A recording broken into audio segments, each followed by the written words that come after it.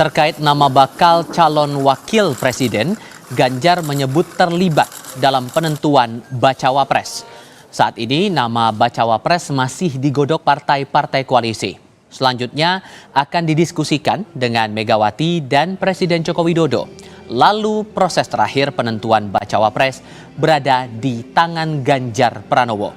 Ganjar juga menyebut akan ada satu parpol lagi yang akan berkoalisi dengan PDI Perjuangan. Ya, sementara ini kerjasama antar partai-partai yang kita bukakan ruang lebih dulu. Maka kemudian ketika kerjasama antar partai sudah selesai, bisa lebih cepat, maka kita akan bicara kandidat-kandidat cawapres saya yang sudah dipersiapkan. Nanti disitulah kita akan berembuk dan tentu saja Ibu juga sudah menyampaikan, Pak Jokowi kemarin kita ajak bicara ya, dan kemudian tentu saja nanti terakhirnya saya. Ada partai yang akan bergabung, Mas Ganjar? Ada, sebentar lagi. Siapa Pak? Ada.